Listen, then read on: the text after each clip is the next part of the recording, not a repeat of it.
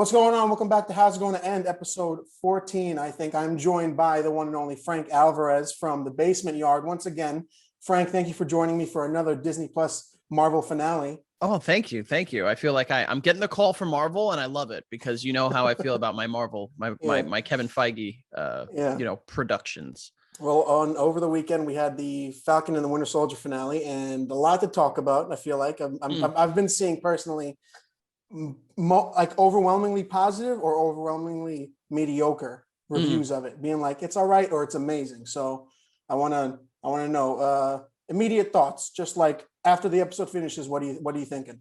After I got off of the high, the Falcon and Winter Soldier induced euphoria. I really enjoyed it. I understand some of the criticisms about it. There's one criticism I have in particular that I'm not crazy about, but I'm also one of those people that I'm like, let's see where they go with this. I thought again, something that Marvel has shown that they're trying to do and step into the light, into the ring with is they're stepping up their acting, man. I think that one takeaway that I don't think anyone can really say, negatively about this show was Sebastian Stan, Anthony Mackie, and Erin Kellerman, I believe is a girl that played Carly Morgenthau. I thought they all did well with what they were given, especially Sebastian Stan, who was acting circles around everybody. Absolutely. Now, before we get into all the spoilery shit, spoiler alert. Thank you. All right. It's unbelievable. People, you can say it 150 times and people will never. And we talked about this last time too, but like it's not even people that get spoiled that cry spoilers. It's always people that have seen it and go, well, I've seen it, but whatever, bullshit. All right. First thing I want to get off the bat is we get an instant hit at the new Captain America suit. Sam Wilson is Captain America. He's telling people, I'm Captain America. And he's got a new suit, and it's almost like ripped directly from the comics, besides some minor little tweaks. And it's I really enjoyed it personally. Yeah, I loved it. I thought it was a great looking suit. I thought that they it looked sleek. My only thing was like, why not? I mean, I know that the wings are vibranium, probably, right? I mean, they took the helicopter and all that shit, which was awesome. Why not just give him full vibranium? He's a regular dude. He needs everything he can get, when it comes to all that stuff. Like, I'll never get over the fact that his regular like muscle dexterity is able to go against like anything inside any regular costume, Yeah, I wouldn't be surprised if, when they eventually release their phase 4 art book or, design, notebook or whatever, they go into some of the details, because we didn't get a specific, like any verbiage or any information saying that it wasn't, vibranium laced or something like that. I assumed it was like just vibranium cloth, or how this. Yeah, I assumed everything had some kind of part in it. I'm sure it is. I think that I understand from a design standpoint why they they left his head exposed and most of his face exposed. But I always thought, like, even when that suit came out in the comics, I always thought that was a little funny. Because it's like, that's a very vital point.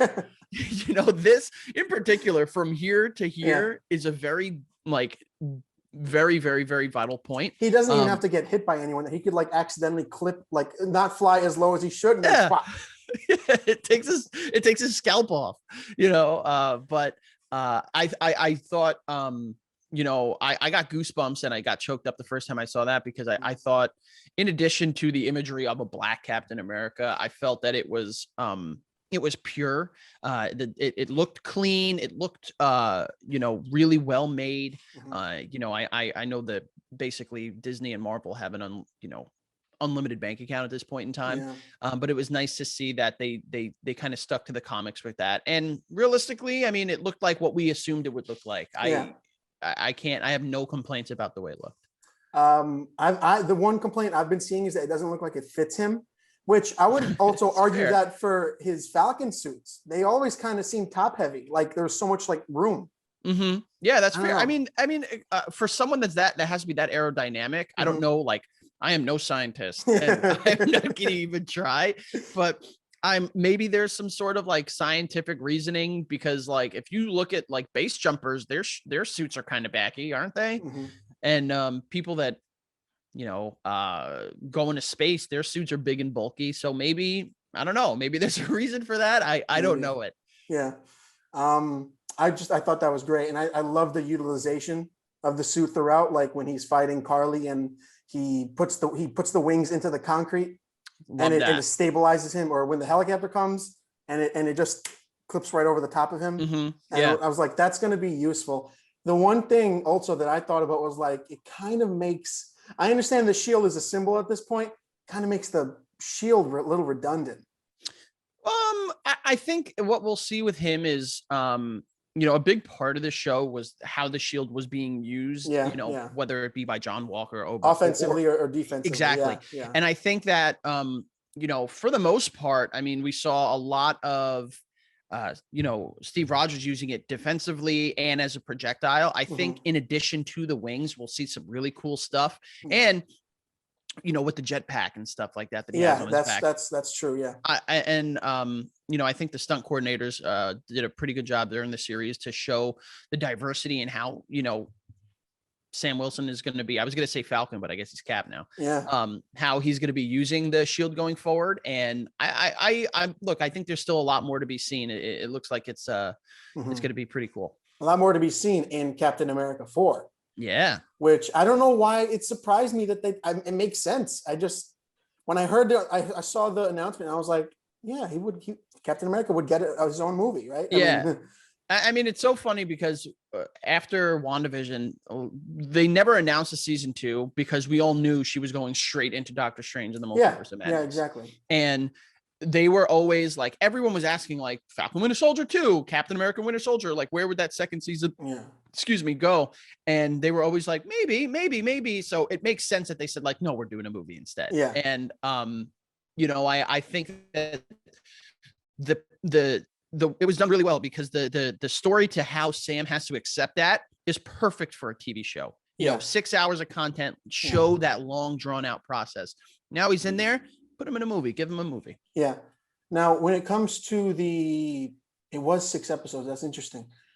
I feel like a series like this one would have been perfect either with 9 episodes. And as much as it may be, I mean, like, I feel like most shows nowadays do like 13 or where I feel like that's a little too much. 9, you can space out everything a little more, only because this last episode felt, and I wouldn't even say rushed. It felt like there was something in between this episode and the last episode, because the one that we just saw, episode 5, who the writer of episode 5 is going to be co-writing the movie. It felt like a great lull. Like everything was like the action up front, and then everything was, gently placed, a goodbye. Then we get Sam working with the shield. And in this one, jumps right into New York. And it just felt a little quickly paced. Maybe, I don't know. I think that's just the thing with 6 episodes. I'll accept that criticism. So from my understanding, they've been a little hush-hush about this, but there have been certain people that have discussed it. My understanding is that this show had massive plot points that were removed because of how similar they were to the current pandemic. Yeah, exactly. Which is like there were vaccine things and a pandemic going on after which is pretty insane. Yeah.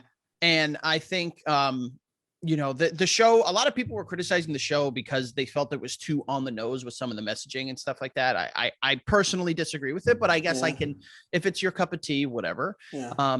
But I do think that there is a version of this show that probably feels less rushed in the last episode, between 5 and 6. But it just got trimmed in the edit probably. And they're like, Yeah, and I do think that even though I enjoyed Erin Kellerman as an actress in the show, and if I'm saying her name correctly, please just tell me to just spit in my face and smack my ass. I don't think I'd probably pronounce it any better.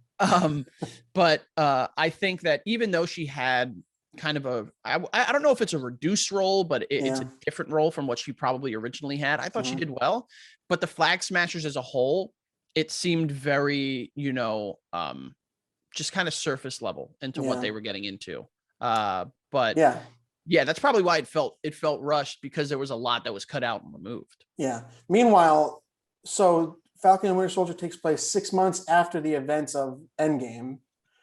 That's a pretty quick time to have like a worldwide organization and an app running for your worldwide organization, which also don't get an app for your underground worldwide speak through code or some, whatever, because at any point they could have like hacked the app and been like, and then there's Bucky from 1945 being like, I just learned what an app was 5 minutes ago, and you guys have one, and we found you.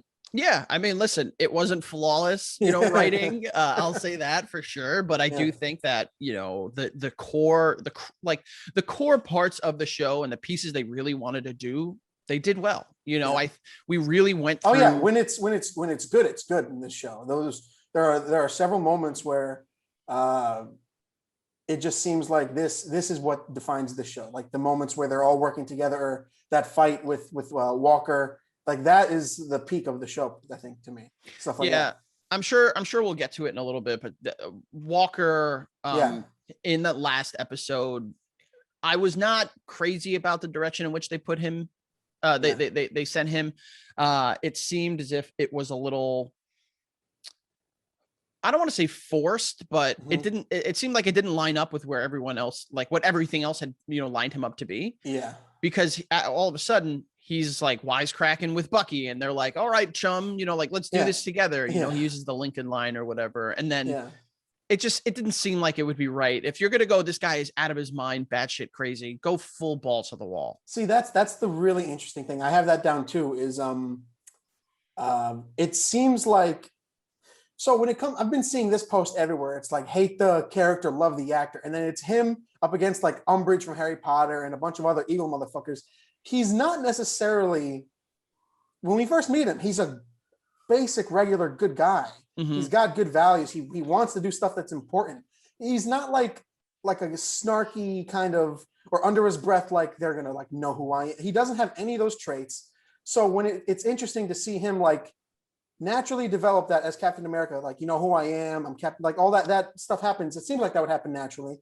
And then the serum amplifies those feelings rather than what's deep down, which is like, he's a good guy. And then in this, last episode, he's straight up like, there's that picture of him like with his fucking teeth baring, and he's ready to chop heads off every second.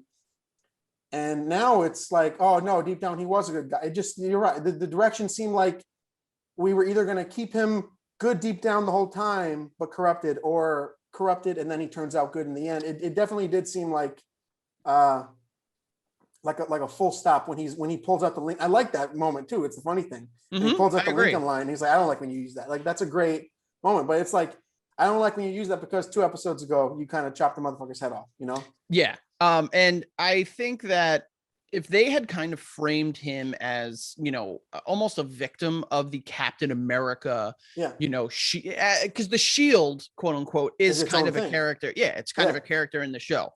And if they had framed him more as like, listen, he is a vet. He is a victim of this system that is kind of placing this pressure on him. I think that if they were more consistent with that, it would have worked a little bit better, because at the end I would have been like, oh yeah, it makes sense.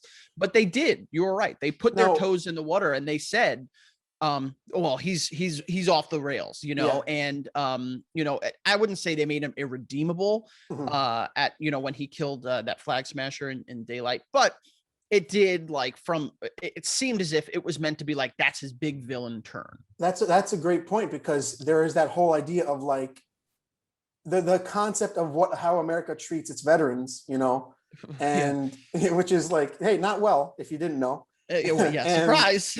There are those great moments of him like with Lamar, where he's like, the shit we had to do over there. I would have loved to see some of it, because hearing it between him and Lamar, it didn't really seem that. I mean, it's just context being spoken. It doesn't really matter. It's like, and that's why I think that maybe a couple more episodes we could have gotten things here and there of him and Lamar's relationship in the army, and the awful shit that they had to do, because we got some of that shit in the Punisher, the awful, terrible stuff that they had to do over there. Oh yeah, that the government subjected them to. So that would have been interesting. I mean, they lightly touch on it when he's up in front of the board. And forgive me for not knowing the technical term for. I said court. Yeah, well, I know. I think it's like a board of like like the Army, Navy, Marines. He says like, listen, I am what you made me. And that the idea that, you know, being made into Captain America and the pressure that is placed, you know, the propaganda, the everything that goes along with that, crushing this man who is otherwise, from everything that we've seen prior, just a good guy trying to figure out how to be a fucking symbol of, you know, American, you know, prominence. You know, I think if they had just done that a little bit more, it would have made his kind of like benevolent turn at the end a little more understandable. But again, 6 episodes, they got a lot to fit in there. I thought that Wyatt Russell did a really good job. And I'm so happy he's gonna be back in some extent. You know, maybe he'll be in the movie or something like that. Or I hope there looks like they're gonna with Zemo in the Raft. Maybe they'll do a Thunderbolt show, which is like that would be an excellent, like it's like a Suicide Squad, you know, Guardians of the Galaxy, Disney Plus show. You know, that would be a great. Ross sends them out to do shit, and they're all, you know, because there's plenty of people when you think about it in the Raft now. I'm trying to think of. I mean, all I know of in the Raft is Zemo. There's Zemo. There's I mean, there have been talks of this guy returning. Abomination, Tim Roth's character from the Incredible Hulk. Yeah, he's coming back in She-Hulk. Yeah, and really, I didn't know that. Yeah, they confirmed. Oh shit, I forgot about that. Oh, that's gonna be great. I really liked him in that because he seemed like a perfect example. Very underrated movie, man. I gotta say. I'm so happy you say that because I fucking love that movie so much. I do too. He's a prime example of when the serum affects, like when it enhances the bad in you. He was a terrible, you know, soldier that got that serum, and then he, you know, that's so great. But yeah, talk about. Let's shift from really good villains to really, I don't know why. Like if I was a hero and my bad guy was Batroc, I would be so upset. I would be so like, really? There are guys with fucking Doctor Strange has Dormammu, and I get this fucking guy with the flips, one vibranium shield or wing to the pop, and he's down. I'm genuinely surprised he stuck around this long. Hear me? Yeah, I can hear you. You know, I thought it was cool to see, you know, Batroc back. He's a D-list, you know, a D-list character from the comics that the only way they can go with him is to make him cooler, because how cool was he in the comics? I mean, not cool enough that I ever knew anything about him. Not saying that, you know, that's like an elite group to be in, but I kind of like the idea of taking these small, no-name, you know, villains and making them like stepping stones for these guys, because I thought it was more symbolic.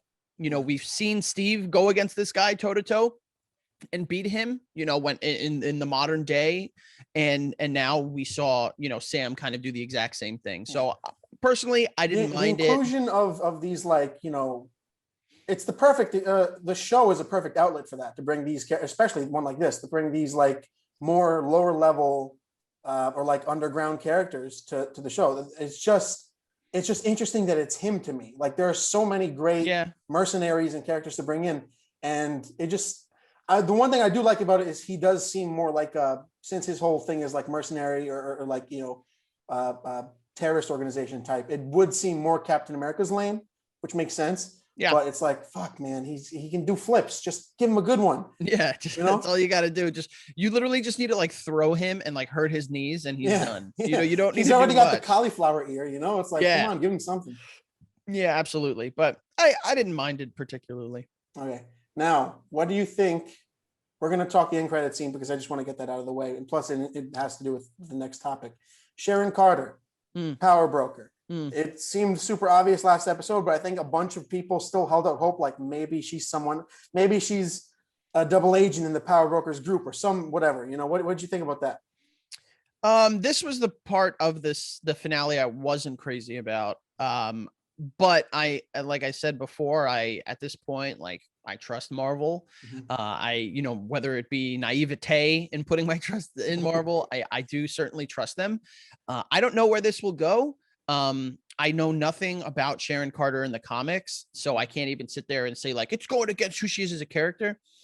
I did just think that, you know, it's so funny because with WandaVision, we get people saying, here's Mephisto, there's Mephisto, there's Mephisto, there's Mephisto. Yeah. And then with Sharon Carter being the power broker, they're like, I know they're trying to make it too obvious, but it's not her. Yeah. People really read into things. Yeah. So I didn't feel like I said, I wasn't crazy about it because I felt like it was a little cheap. I think from, like in terms of creating like a sense of logic, which you probably shouldn't do in superhero movies or TV shows, but it didn't make sense. And it was like, well, they confirmed that she had been snapped and then she came back. So like in 6 months, did she establish herself? Or is it going to be like they faked her death and during that time she used the opportunity to get rid of Sharon Carter and become the power broker? I'm willing to kind of give them the opportunity to do more with it, but what's interesting is so it was confirmed that she had been snapped. I'm pretty sure in Avengers Endgame at like where they were showing like the faces, I'm pretty sure it confirmed that she was snapped. I'll Google it right now because I feel like if she's gonna be this new hidden like black market force, I would lie about being snapped. Exactly. She already went underground since 2016, which is when Civil War takes place, or maybe I don't know the timeline in the MCU. But I would 100% lie even lower and build something from the ground up if you're going to be the power broker. Yeah, and lie about being snapped. Yeah. So looking at the I just have a post here from the beginning of Endgame when they're doing those faces on the screen. They're showing people that were snapped. Sharon Carter was thought of at the time to have been snapped out of existence. So if they're going to go that route and they say like, listen, like I had faked my death because I was a wanted, criminal. I didn't think I'd be coming back. So I made myself the power broker. Okay. Well, because that seemed like the whole concept of, or like the running theme through the show is there are several, it's such a weird comparison. It's almost like The Wire to me, where it's like interesting. It's where it's like everyone on both sides of the law is kind of affected by this one idea of like how different ways that people are affected by the government, different ways people are radicalized. You know what I mean?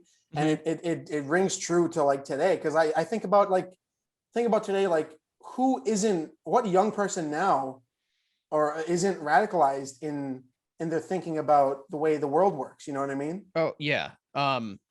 Absolutely. I mean, I think that something that this show did sneakily well is it was, and I know some people will criticize the way that the message was conveyed, but I do think that it was in its core, a very political show. Yeah.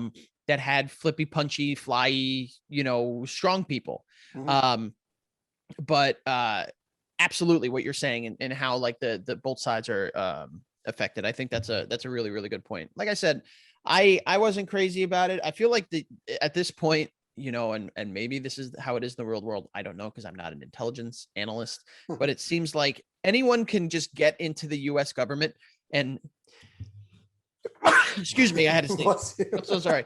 Anyone can get into the US government and figure out how to become like some sort of like sleeper cell agent. And at this point, it's just like there's just dummies everywhere. They were Hydra for years and years. Sort of like the same way you can be a congressman in the real US government now. Oh, yeah. Political. Let's do it. Let's do it. So I want to know, I mean, maybe it was just some henchman on the other line of that phone, but I wonder who she was talking to. Yeah, maybe she connected with someone we haven't seen, or maybe that's just more digging for nothing there. Let's see, because I'm not sure where it is in the timeline because nothing has been confirmed, but I'm pretty sure with Shang-Chi we will be going back to Madripoor in some regard. Yeah.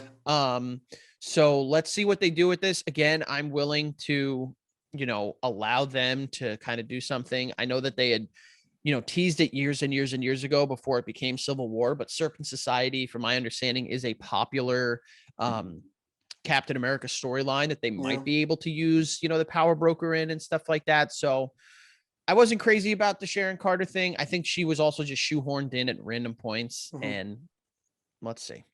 Also, I think that it's like officially a secret bad guy staple to where when they're walking away from something after they've gotten away with something, the last 2 seconds have to be in slow-mo.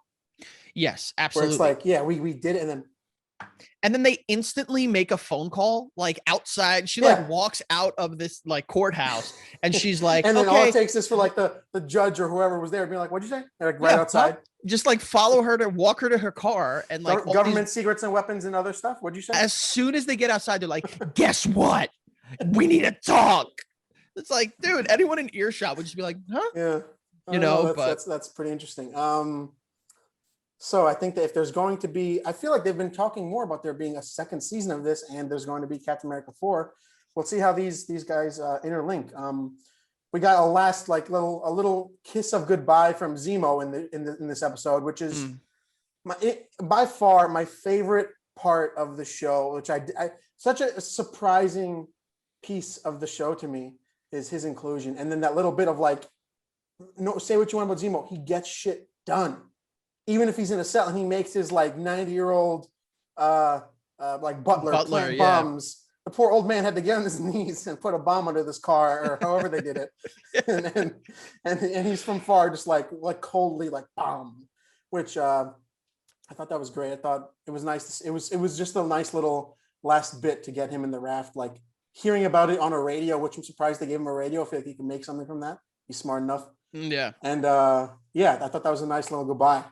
Yeah, agree. Daniel Bruhl thus far has been a staple. You know, I mean, you think about it, I think at this point he's the oldest like running like villain like other than I guess Loki, I mean, wherever Loki ends up, you know, I really enjoyed him. I have no complaints, you know, about his inclusion, and I'm excited to see what they do. It seems like they're gearing up for a Thunderbolt show or some sort of property. I hope so. Also, since that we brought up Loki, I'm gonna mark it now on the calendar that I have you for that finale too. Okay, all right, awesome, good. Awesome. I was hoping I get the call. I love it.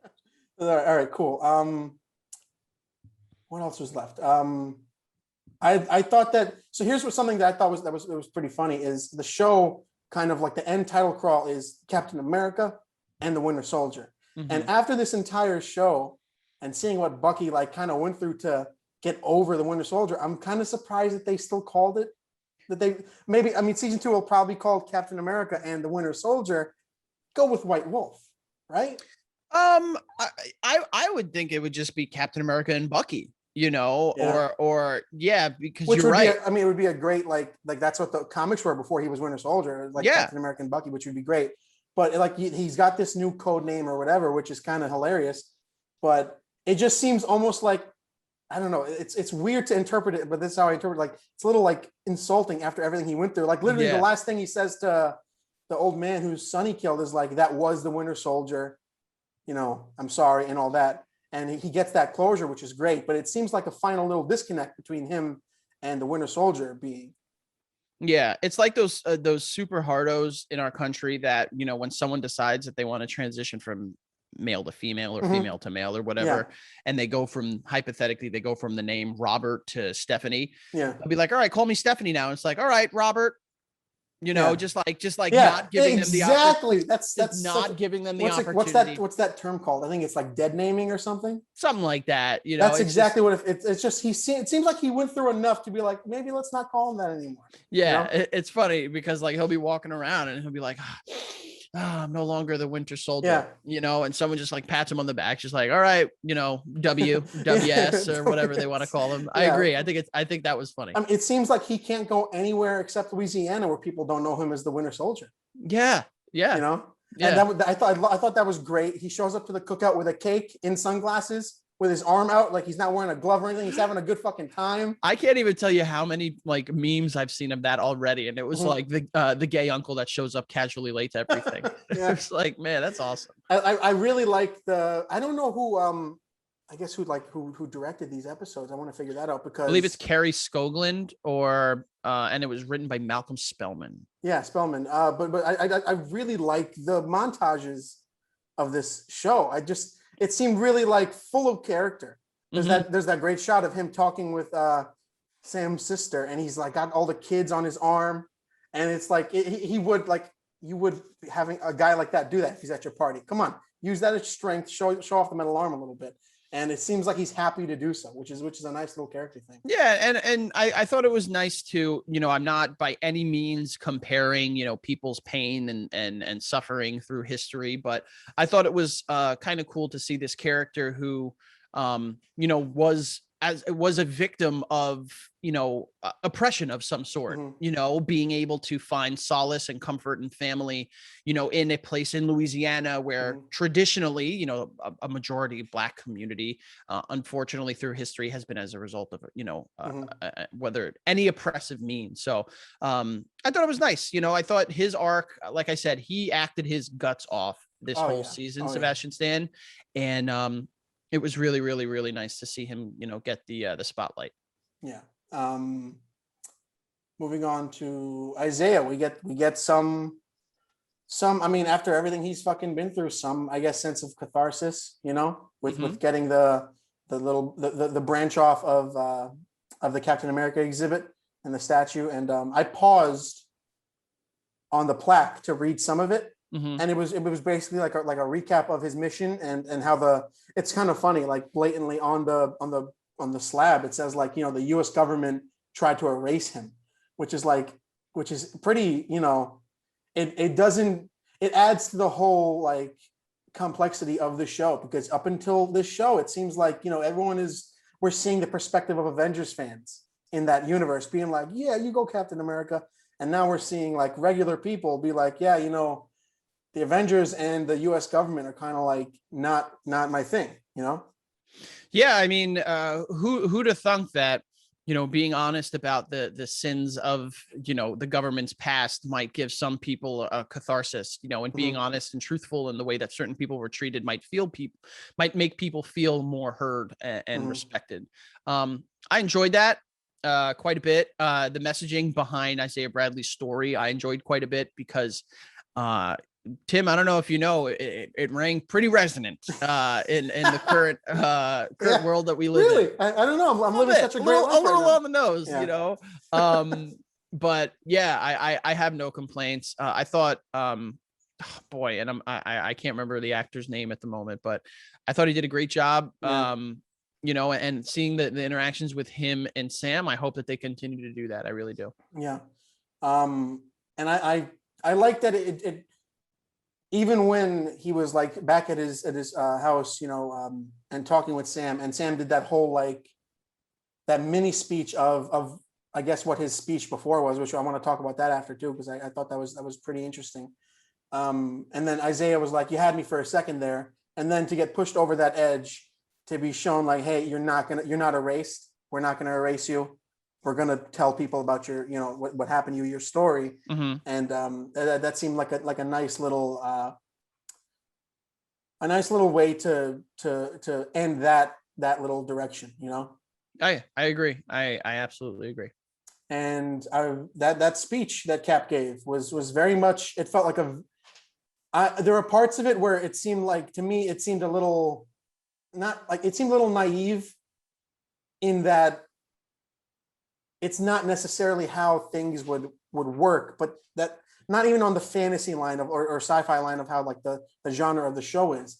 It's very much a Captain America thing to be like, listen, get your shit together, because there are people that feel that are just being excluded, and you are destroying lives by doing what you're doing. Get your shit together. But also, I don't think that would necessarily change anything, unfortunately. Like the same way with the Flag Smashers plan, which is what? To stop the GRC vote, even if you kill the senators involved.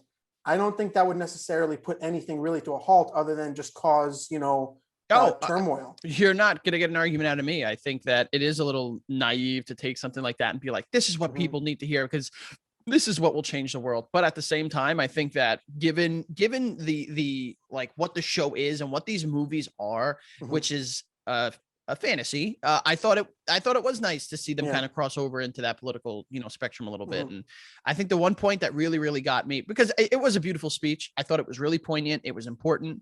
It was something that people on any side of the political spectrum need to hear.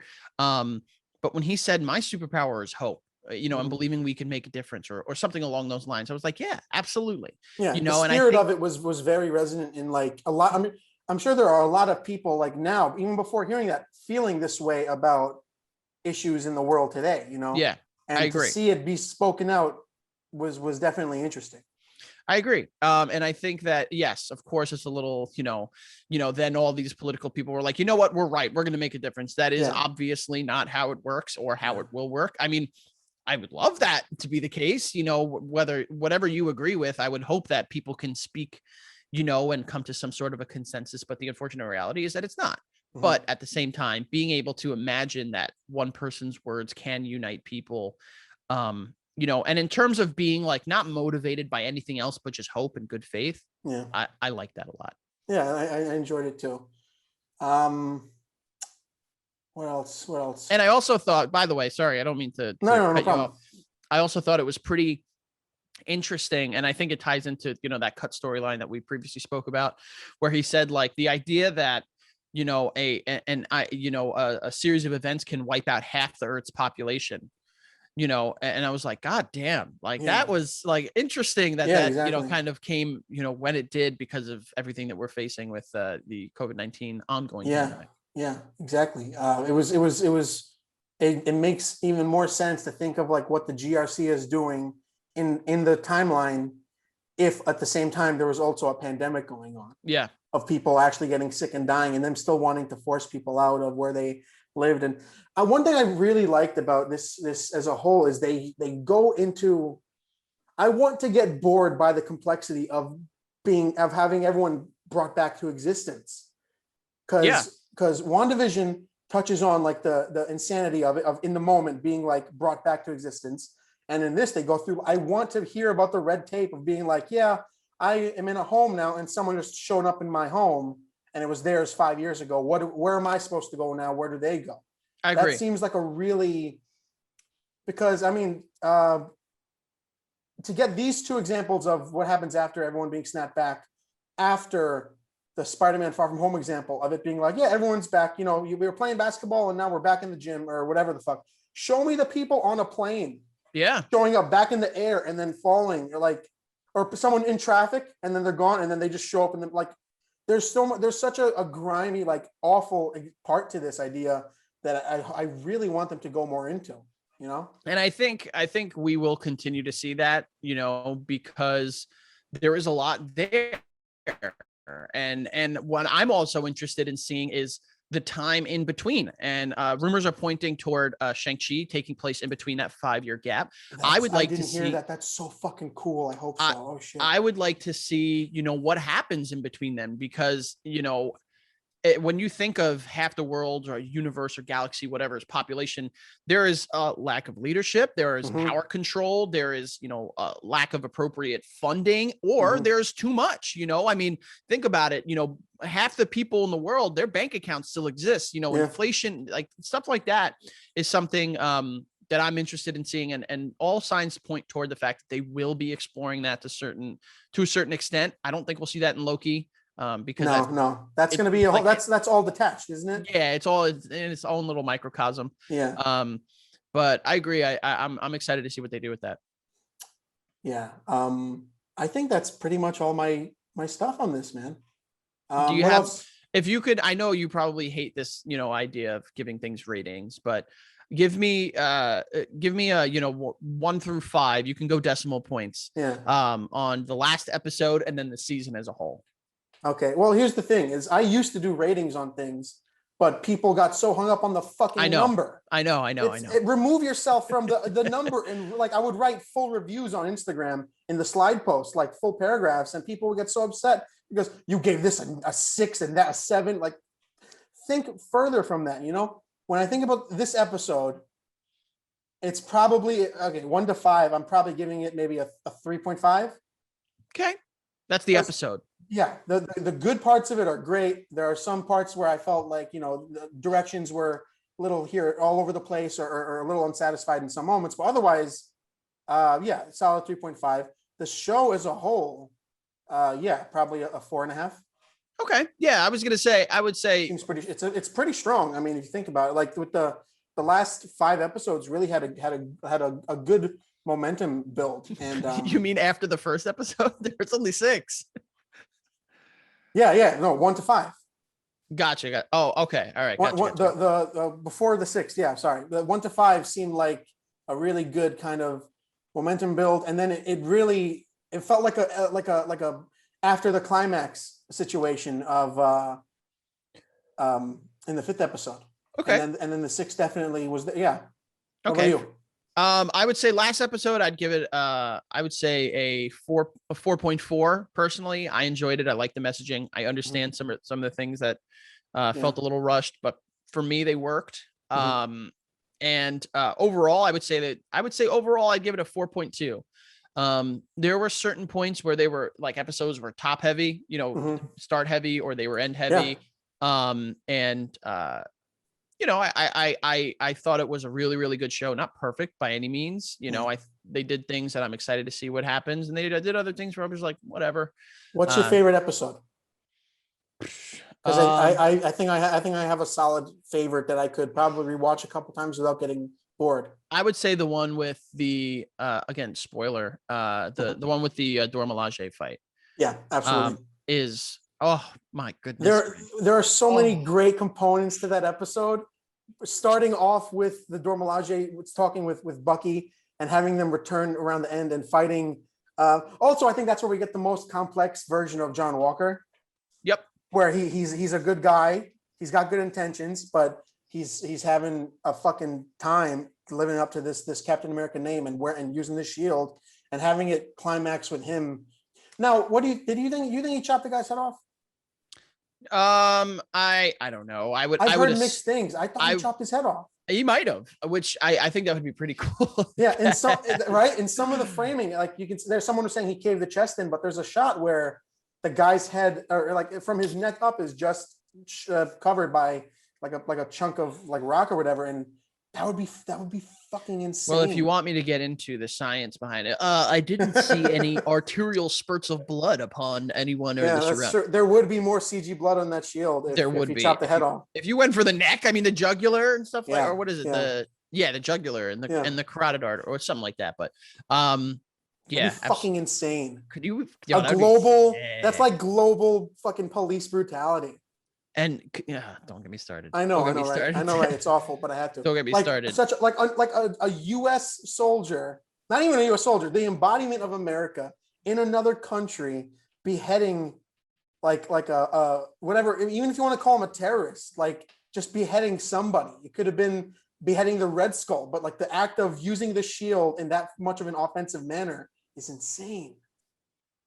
And the most insane part is thinking that immediately upon return, he's held accountable for said actions. I was so hoping for them to like play like a whole propaganda campaign. Thank you, Captain America, for taking down that terrorist. I was so, just because it seems like what would the U.S. scramble to do in that moment? Yeah, I feel like there would be a bunch of people thinking in the back of their minds, we have to hold him accountable. But I feel like the loudest and like most powerful person in the room would be like, let's get this guy on another poster.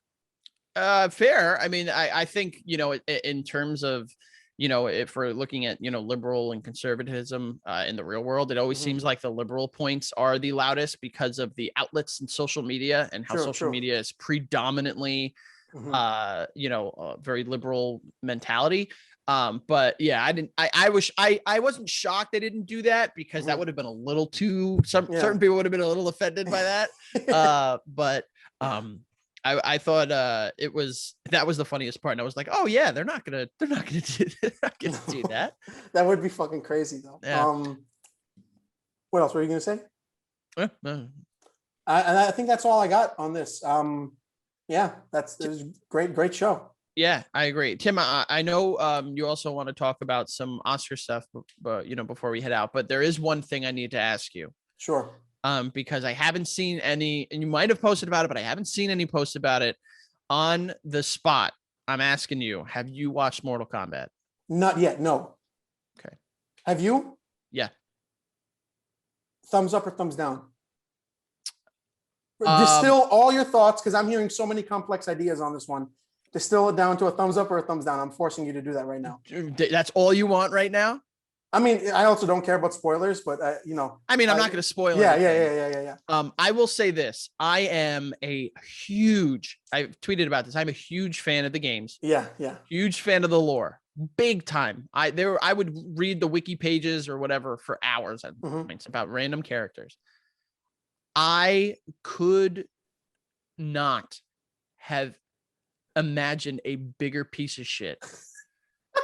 I was so upset. I was so hilarious. I was so upset. There were points where I was like, okay, they released those first 7 minutes on Twitter the other day, and I was like, God damn. And now I understand why they only released the first 7. That's so funny. You know, it's funny because I've been hearing people be like, it's like a tough watch or give it time. That's all I've been like. The most popular like opinions that go out through social media are always the ones where it's like, all right, I'm gonna give it a second and think about it a little more, because if it's so overwhelmingly one thing or the other, I can't fucking trust it. So, and I'm also not much of a Mortal Kombat guy. That's another thing. I've noticed that's another thing. I've noticed a lot more like fans of it, like people who played the games and who know the actual lore behind it all, being more critical of it, which is interesting. Yeah, I again, and I think I am unfairly, you know, if people can call it unfairly judging it in that regard. I'll wear that Scarlet A because I do really, really love the games and the lore. But also just from a writing, acting, storytelling standpoint, it was dog shit. I mean, there's no other way to say it. I was so, and I had such high hopes because I was like, awesome. It seems like a real shame. Like this is one of that we're in like a weird age of like of video game movies kind of being all right, not being terrible like the last however many fucking years where most of them are terrible. But yeah, that's a real shame. Dude, I need you to watch it and then text I'll check it out. Yeah. Because there is one point in particular that I actively said to myself, I can't believe a character said this. Like, it reminded me, and I'll tell you this right now, it reminded me of, this is Katana. Her sword traps the souls of its victims, so I advise you don't get killed by her. That's hilarious. When you watch... you know what's funny? Don't even tell me any hint. I'm going to see if I can pinpoint it. And I'll text you as soon as I hear it, and then we'll see what happens. Please, because I was texting Joey about this yesterday, and I was like, I couldn't believe it. That's fucking hilarious. Yeah. Do you want to talk maybe a little bit of the Shang-Chi trailer if you have the time? Sure, please. All right. What did I thought it was? I'm mostly looking forward to how. I mean, we got Bill Pope, cinematographer of like a bunch of great Matrix. Matrix, Scott Pilgrim versus the World, Spider-Man 2, a bunch of visual fucking like feasts of movies, you know. So I'm very much looking forward to how everything looks. I really enjoyed that the fighting, the action sequences looked great. That scene where he's on the bus and it's about to crash and he's like he's grabbing with his body and he uses his foot. That reminded me, I saw like this Jackie Chan fight where he's using every bit of himself in the fight. Like where he has to like swing through something or through a railing, and he's using his forearms and his the parts of the tops of your foot, and that's what it reminded me of. It's very much and the wire work, obviously, it's super like Hong Kong cinema. So that's what I'm mostly looking forward to. What did you think of the trailer? Yeah, I thought this was one when it was announced, I was like, okay, let's see where they go. I think they obviously wanted to appeal more to the masses by putting in the Legends of the Ten Rings subtitle. You know, people see Shang-Chi or Shang-Chi, however you want to pronounce it, and they're not, and they see Marvel. They're not as sure where it's going to go, but I think that they're getting the people really interested with seeing that, you know, because everyone complained about Iron Man 3 and Trevor Slattery, which personally I thought it was chef's kiss. So wasn't really too pumped going into the, watching the trailer, but I walked away interested. I thought it looks good. Simu Liu, I think is the actor's name. He looks like after watching another movie that had a main actor doing a lot of his own stunts and Immortal Combat. After watching how bad that could be, I'm excited to see what this could be. He does have the passion for, like, he was tweeting about it like 5 years ago. Yeah, he was like, "Yo, let me do it." Up. Yeah, that's one of the rare cases where it's like someone at, I guess there had to be executives be like, let's get this guy in. Let's just see what's going on. Yeah. Yeah. I thought the trailer looked cool. I'm excited to see. Of course, there will be a bunch of wire work, but I'm excited to see the stunts that they do, and trying to keep it as real as possible, because those tend to be what I enjoy more. And never been a huge fan of Awkwafina. I know she's from Queens. Yeah. I know she's from New York, and I feel like I'm shooting myself in the foot by saying that, but I hope she just doesn't end up being another Darcy Lewis. Yeah, that's a perfect example of what they're just gonna need.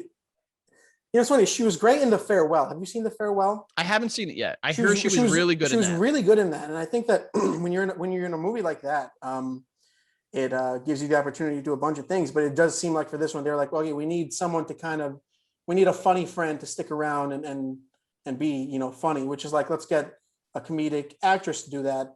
But you could also have her. I'm hoping her character just means something more, because she has the talent to do it. Well, she's going to be the audience. I mean, she's going to be, exactly. Oh my God, exactly. Yeah. She's going to be the one that when she's pulled into this mystical world, she's, bright-eyed and weary of the whole situation. So I'm sure in that regard, people she'll be fine. She'll be amusing. She is like, I don't dislike her, but I've also never seen her in something and been like, that was great. Yeah. Again, I haven't seen The Farewell. I like that the rings aren't rings, because they can't do that after the gauntlet. Too much hand shit. Yeah, a lot of hand stuff. Yeah, so now they're turning into like wrist gauntlet things, which is pretty cool, I guess. Marvel is with hands as Tarantino is with feet, I guess.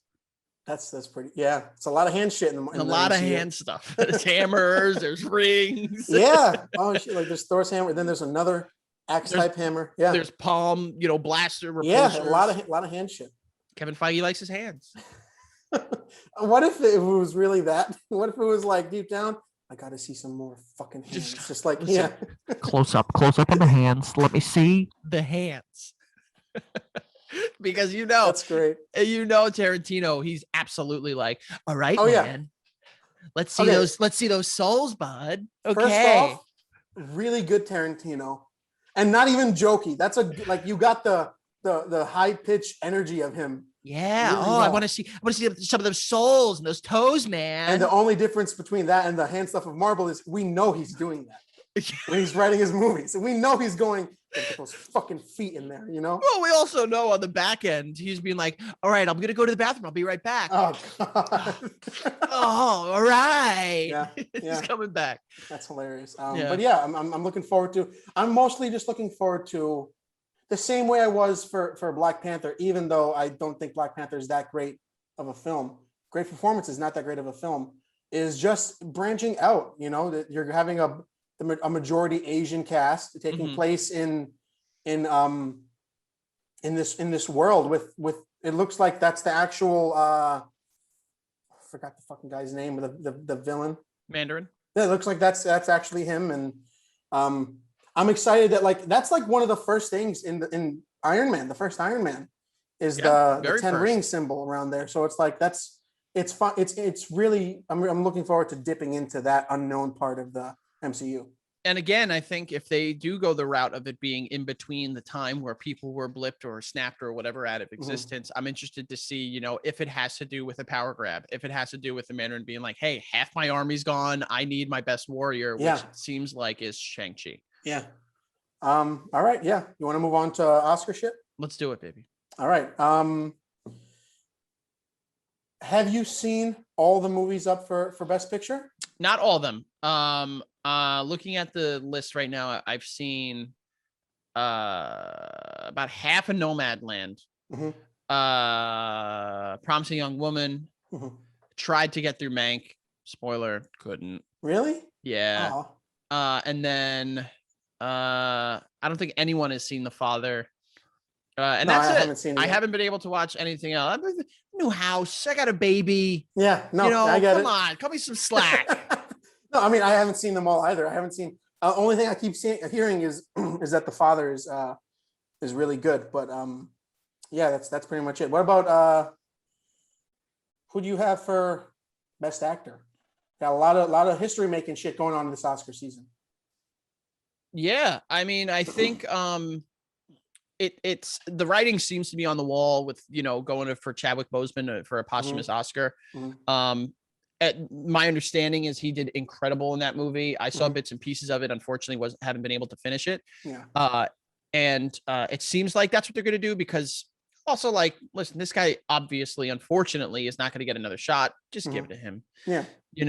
Stephen Yeun, my understanding, a great role in Minari, but it seems like, this will be his breakout role where he gets more opportunities. Anthony Hopkins and Gary Oldman. I mean, that's the one thing is that people are like apparently Anthony Hopkins is fantastic in The Father, and it kind of seems like we'll all at the same time give him a big thumbs up. Let's give the Oscar to someone else, maybe someone a little 50, 60 years younger. Maybe Riz Ahmed have you seen The Sound of Metal? I haven't. Everyone keeps telling me to watch it. Holy shit. That's like, mostly because of most of the shit we've seen him in is like, he's fine in it. Like I thought he was great in Rogue One and all that, but holy shit, he pulls a fucking full performance out of this character. Yeah. And I've liked him since the first time I saw him, which was that show was what, the night before. I haven't seen him since. I've only seen him in Nightcrawler with Jake Gyllenhaal. I'm going to tell you right now. I'm pretty sure. I hope I'm not wrong. I might be mixing him up with somebody else, but I'm pretty sure it's him in. Am I wrong? I think I'm wrong. Uh-oh. I think that's the earliest I've seen him is Nightcrawler with Gyllenhaal. I'm looking. Oh yeah, no, The Night Of. I'm correct. Oh, The Night Of was an HBO miniseries where he plays someone who's accused of murder.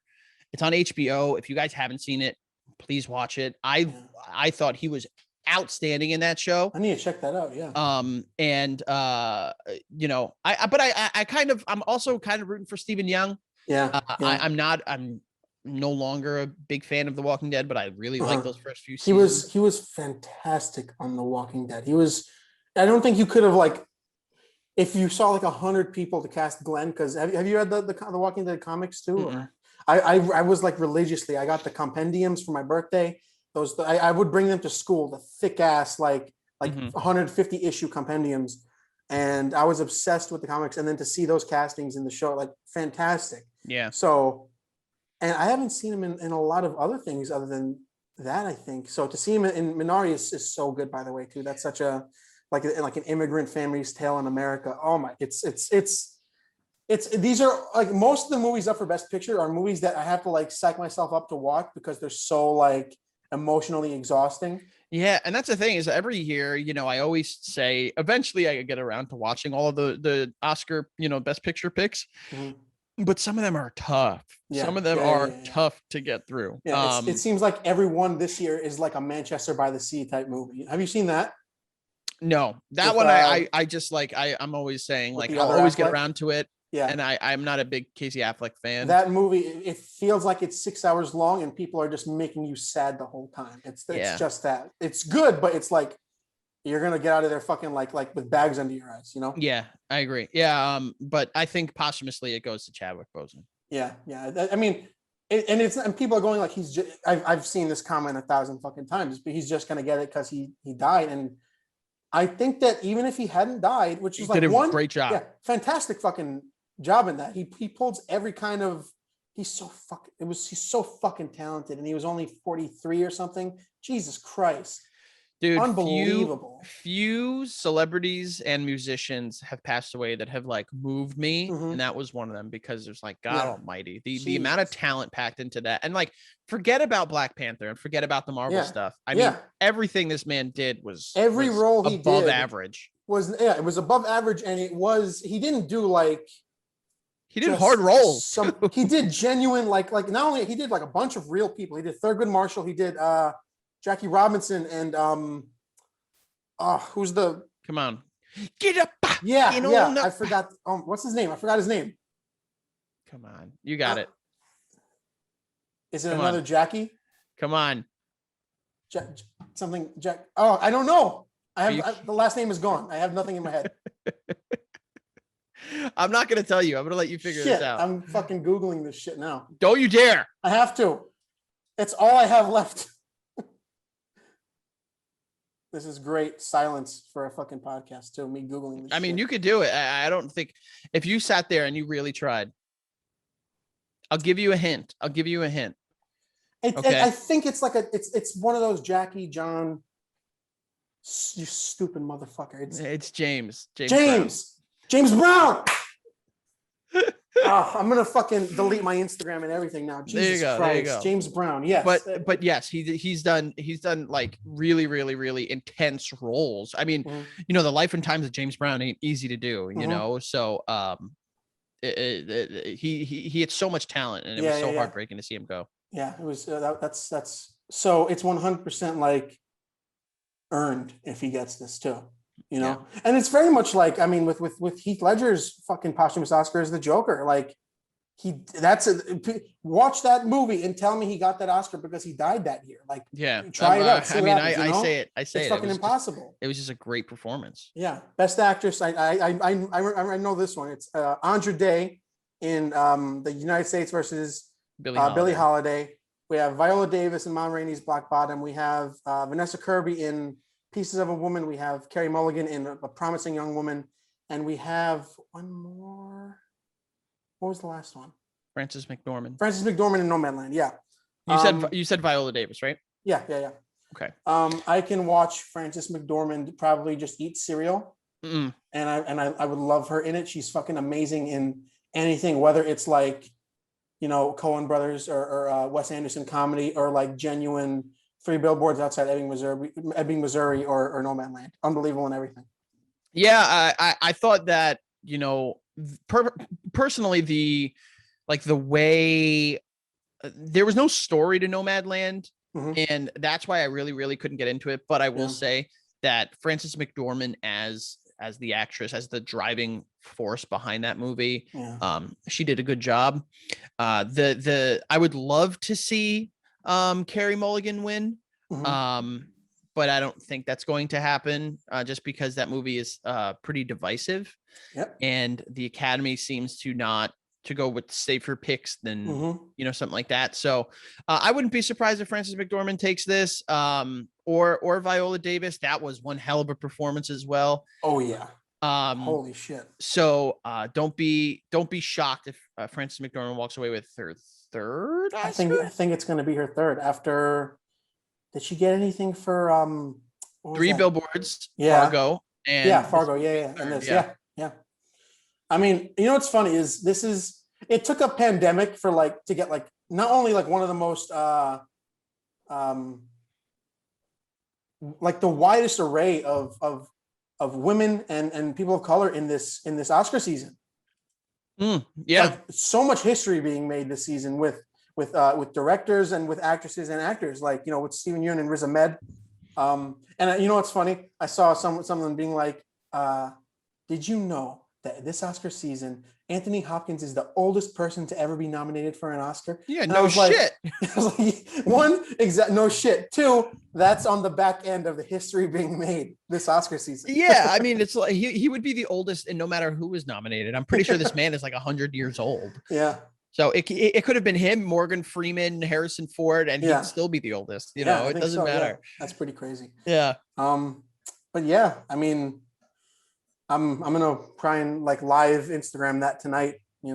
Cool. Yeah. Let me know when you're going live. I'll pop my little ash in to talk with you to see how it goes. I think that's pretty much it. This was a packed episode. I didn't expect this much. It would be to this dense, but I'm glad about that. I love the density, baby. Yeah. Tell everyone where to find you, man. F Alvarez 8085 on Twitter and on Twitch. The Frank Alvarez on Instagram. Go check out the Basement Yard, Santa Gato Studios. Everything we put out there is fun, quality entertainment. There's a new episode today, right?